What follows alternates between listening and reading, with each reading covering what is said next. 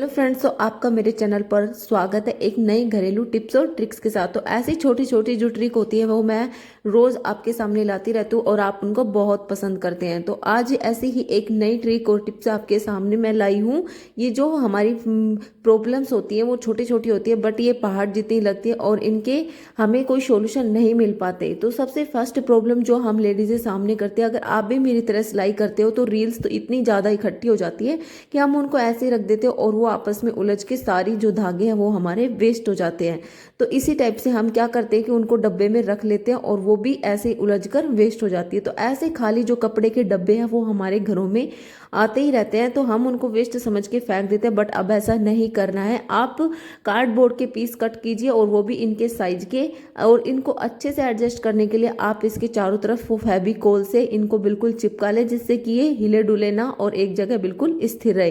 तो इसी टाइप से मैंने इसके तीनों चारों तरफ फेविकोल लगा के और इनको बिल्कुल यहीं पे टिका रहने के लिए बिल्कुल एडजस्ट कर दिया है।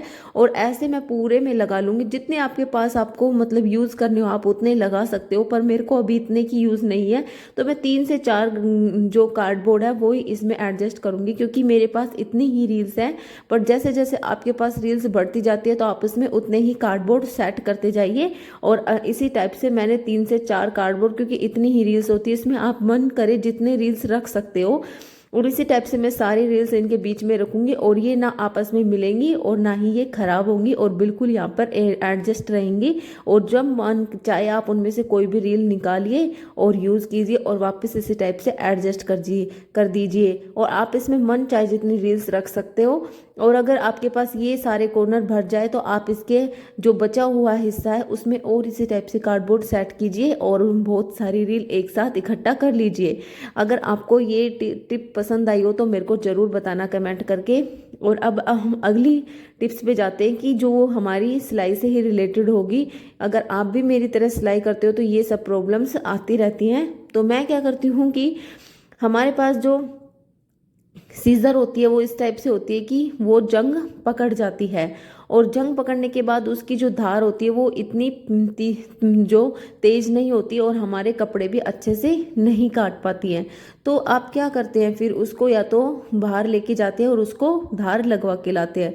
बट अब मैं बताऊंगी कि आपकी भी कैंची इसी टाइप से जर पकड़ गई है और उसकी धार है वो बिल्कुल कमजोर हो चुकी है कि कपड़े भी अच्छे से काट के नहीं देती है।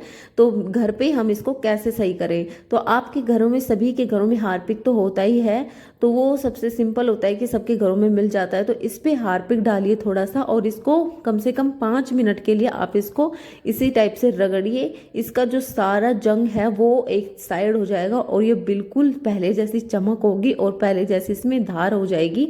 और देखो इसका जो थोड़ी देर रगड़ने पर इसका जो सारा जंग है, जो कालापन है, वो एकदम अलग हो चुका है इससे।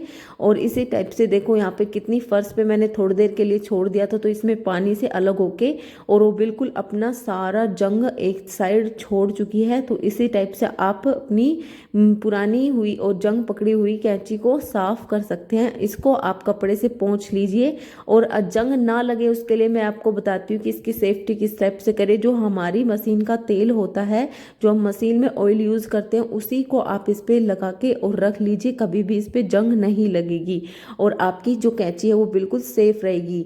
तो आपको इन दोनों टिप्स कैसी लगी ये मेरे को ज़रूर कमेंट करके बताना।